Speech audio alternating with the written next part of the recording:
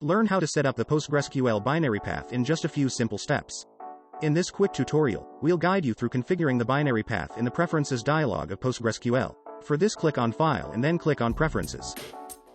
Then on left pane search for paths and then select Binary Paths. Then under PostgreSQL Binary Path select your desired version of PostgreSQL. In my case it is PostgreSQL 16. So click on Browse to select the binary path. Then go to C Drive. Then Program Files folder. Then select PostgreSQL folder. Then select PostgreSQL version folder. Then click on Bin folder. Now click on Select Folder button. Note that you must have bin at the end of folder path. Next click on Save button. Now you have backup your database and do other things and you will never ask for to set binary path. I am not getting any issue now. This much for today. If you like this video, please like, share and subscribe to the channel. Also click on bell icon to never miss any update. Thank you.